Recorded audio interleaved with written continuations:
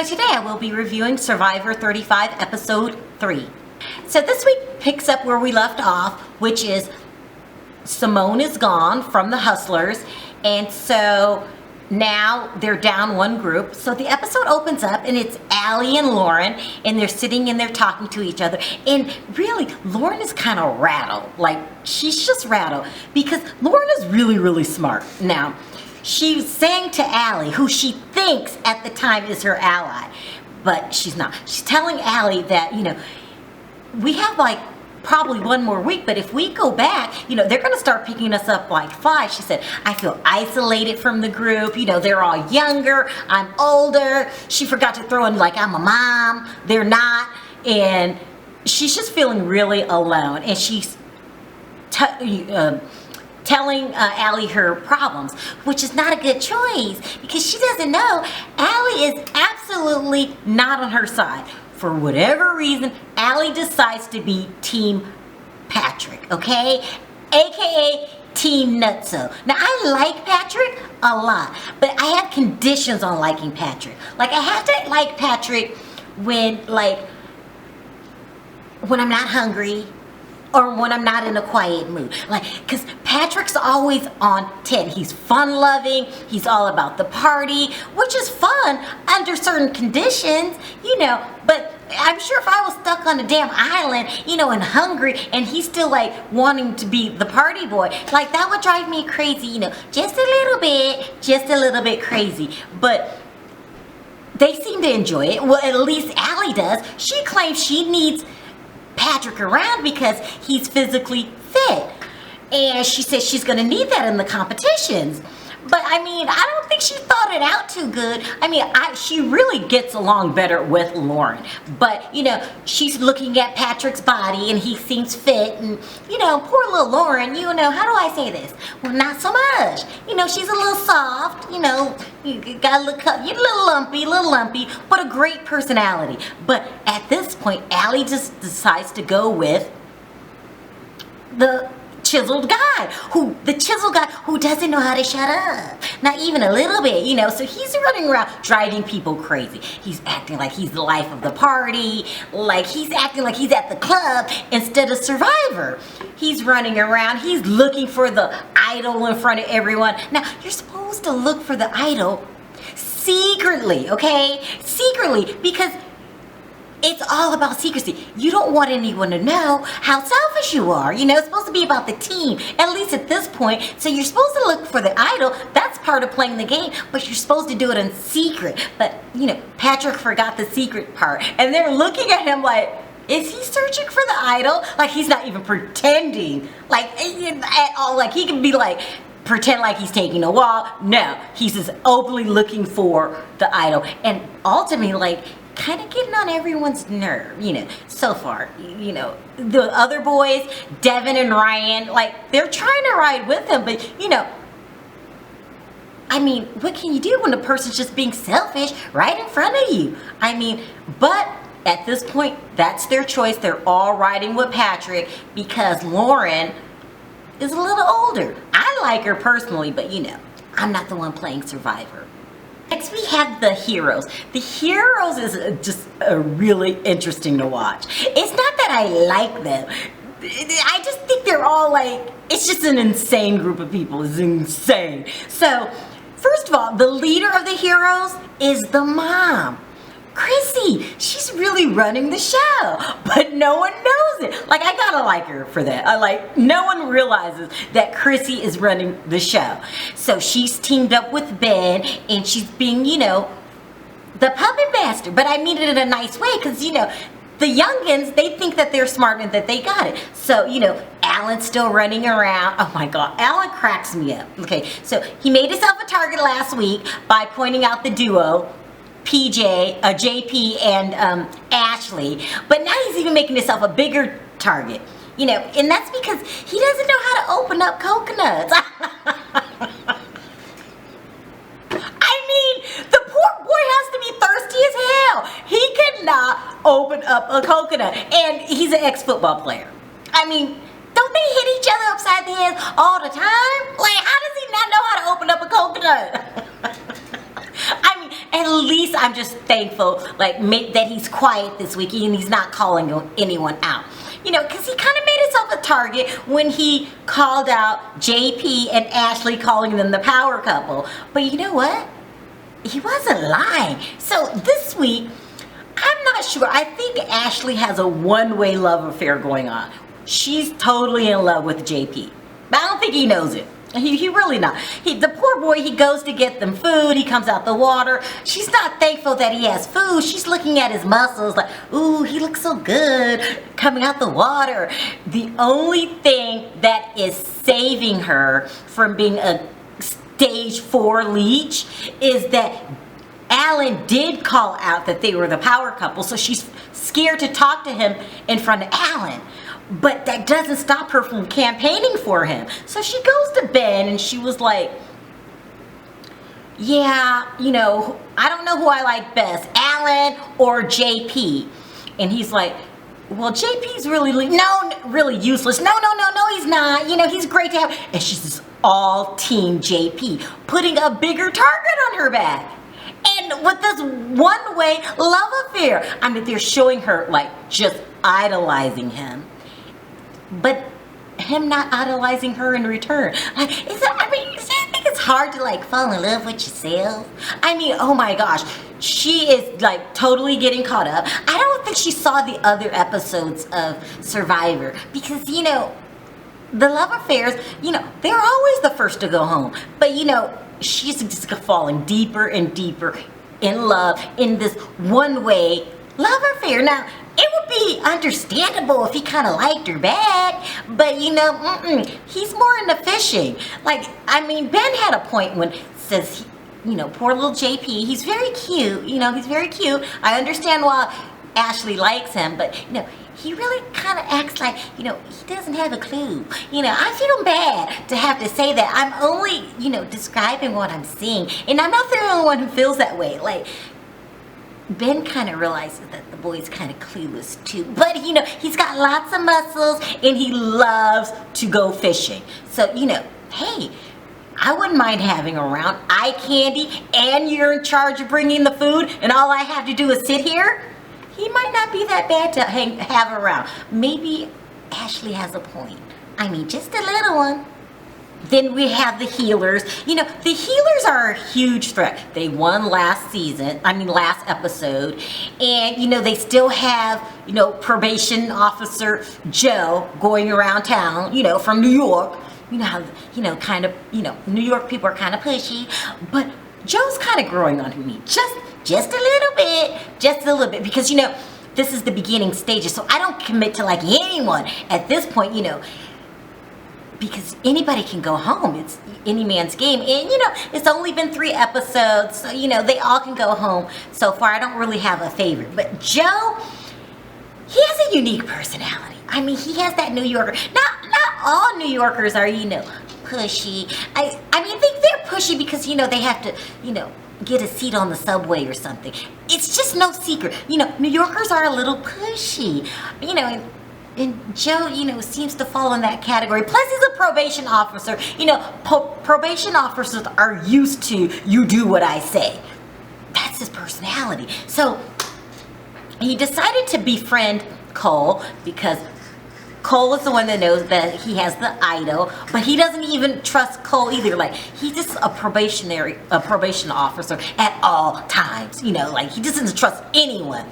But he shouldn't be worried about trusting people. It's the other way around. You know, people are not feeling Joe. Now, I said he's a little pushy, but, you know, I'm not stuck on an island with him, hungry as hell either.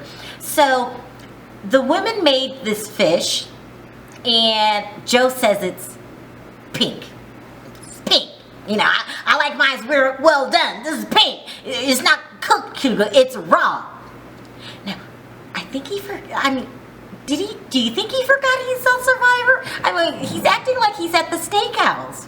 So Joe informs Desi that, you know, you could have cooked this better. You know, it's pink on the inside. Instead of putting it back in the fire or giving it to her, because she was like, I'll eat it like that. He decides to take the fish and throw it into the wilderness because it's too pink. Well, this doesn't look too good. I mean, what was he thinking? I mean, listen, this rubbed everybody on the island the wrong way. In the meantime, you have Cole, who is literally falling in love with Jessica. And this is rubbing Joe the wrong way too. He's like, why is he spending so much time with Jessica? This whole love thing can be dangerous. Well, he was absolutely right. So they're over there in the water, Cole and Jessica, and playing in the sand, acting like lovebirds. And he's telling himself, she's so great. I can't think of anything wrong with her. I just, like, he was 2 seconds from saying the L word. I thought he was gonna say, I love her. But that would have been better than what he really did. What he really did was decide to tell her that Joe has the idol. I don't know why he decides to tell her this. He decides to tell her. And she was flattered. He told me that, Joe has the idol. In the meantime, Joe's getting pushier and pushier till the point where Cole says, you know what? He's acting a little too cocky for me. Just a little too cocky. I mean, he didn't think about it. It just came out. And so he decides to go to everyone in the group besides Joe. And he says, if we win the competition, let's all send Joe packing. And everybody was on board. Everybody, except for his chick. She thought this was a dumb move to tell everybody up front that Joe has the idol. I don't know if she's being paranoid at this point or if she has a point. I mean, because Joe's already flipping out because the fish is too pink. If he finds out that someone knows he has the idol, who knows what he's gonna do? Next, it was the competition, and in my opinion, it went off without a hitch. Everyone tried their hardest. It was another obstacle course, and then after the obstacle course, it was this thing where you had to throw these balls to knock down the blocks, and then after the blocks, you had to stack the blocks without them falling down. The only thing that I would say went wrong would be in the Hustlers when they got to the blocks part. Patrick started to throw the blocks, but he really wasn't getting them in a timely manner. And so when his other teammates tried to step in and say, let me try, he kind of went rogue and act like he didn't hear anybody and kept doing what he wanted to do, which was continue to suck at knocking the blocks over. And in my opinion, this is what cost them the game. They kept cheering him on, but they were fully aware of, listen, this guy did not listen to us. So they went on with the competition, and guess what? It turns out they lost. First place won, I think it was 3 chickens and a hen, and first place was the healers. Second place was the heroes. They won some eggs, and then third place was the hustlers, and then they won the right to go to tribal council. So, geez, it didn't work out too good for you, Patrick. But it gets worse when they get back to their place. So when everybody gets back to the camp, they have to discuss who's going home. And so I thought, if I were there, I'm not on the show, but I'm thinking, why is this a discussion?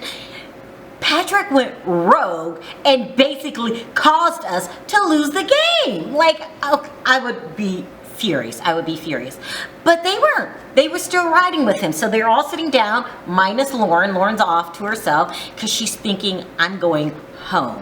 And so Patrick says to the group, everything's still on? Is Lauren still going home? They reassured him, yes, you're fine. Now, that's the time to, lay low. At least that's me. Maybe I'm crazy for saying, let me not mess this up. That's what I would say. But not Patrick. He decides he wants Lauren to have a nice final day here since she's going home. So she's chilling in the water by herself. And he comes over and she says, I'm going home, aren't I? Because she's straight up. She's like, I know I'm going home. And so he decides not to answer. He just smiles. But this makes her mad. And she was like, listen, just tell me. I know I'm going home. And she's getting madder and madder.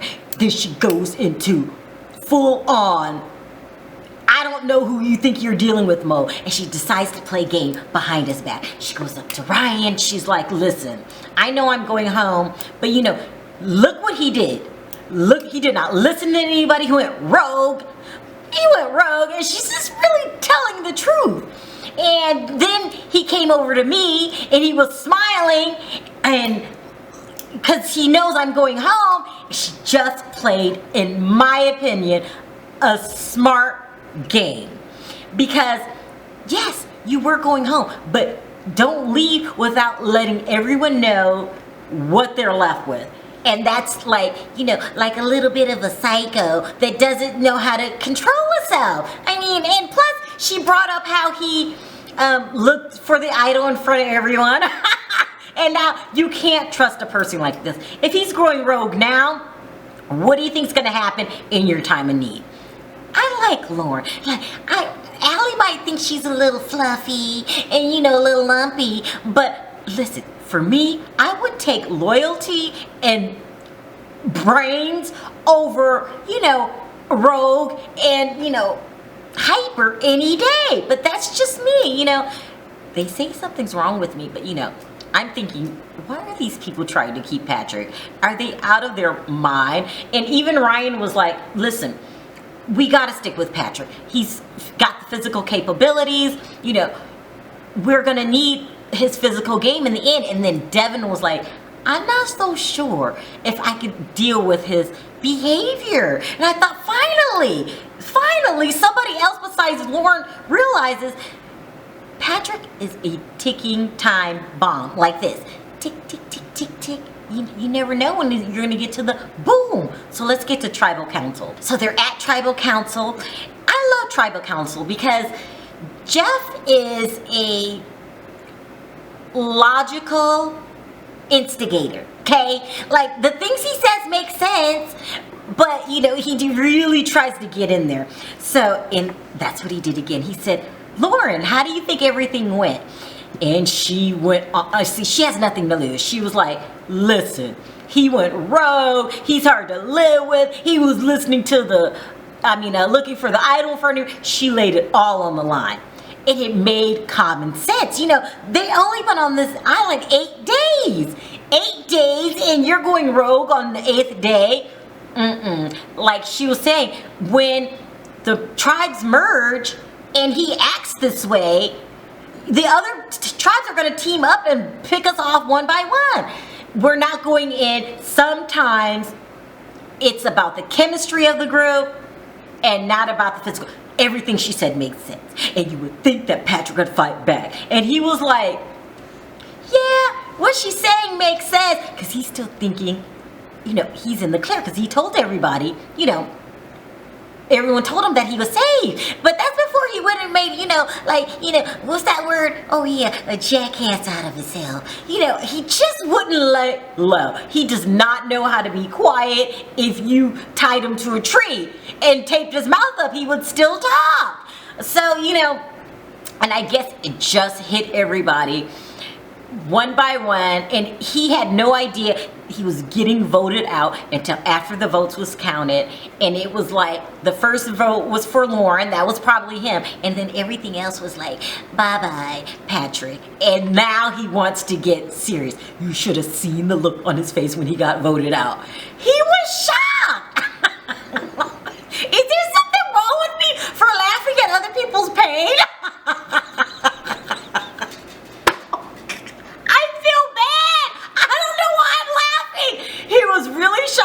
Was pissed. But I mean, Patrick, you gave them no choice. You sent yourself home. Gosh, you're not on the island by yourself. It was your people skills that got you voted out. And I was so happy. I was so happy because, he really was a ticking time bomb. But you know what? It's for the best. I'm sure you're somewhere having fun, and you don't need to be in this island anyway, Like, what's $1 million? You could have anybody can make $1 million, right? I feel bad. Please don't misinterpret me. So he got sent home. So, it was really sad. I mean, right? Yeah, I was sad. So, but somebody has to go home. Someone's gonna go home again next week. So I'll be there. So now things are starting to get real. People's personalities are coming out. Their true intentions are coming out. And if I had to pick the next victim, it probably would be Joe, the probation officer. But the only thing is, he keeps winning. So we'll see who goes home next week. Thanks for watching. Talk to you next time. Bye.